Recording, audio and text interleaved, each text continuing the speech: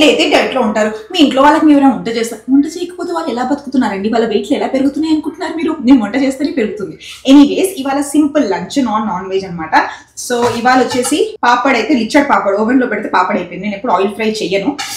అలాగే టమాటా పప్పుచారు, this is like టమాటా పప్పుచారు చేశాను.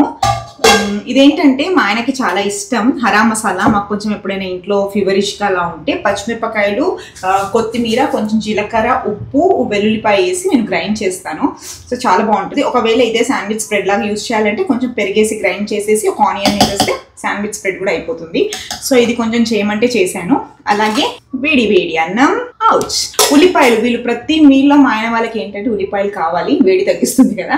అండ్ ఇది వచ్చేసి కాకరకాయ పులుసు కూర. సో ఇది నేను చెయ్యలేదు, మా కింద వాచ్మెన్ వాళ్ళు ఉన్నారు కదా, నాకు కాకరకాయ వంకాయని ఎప్పుడు చేసినా వాళ్ళు పాపం పంపిస్తారు. సో ఇవాళ మా లంచ్ మా ఫ్యామిలీ కోసం ఇది. మీ లంచ్ ఏంటి?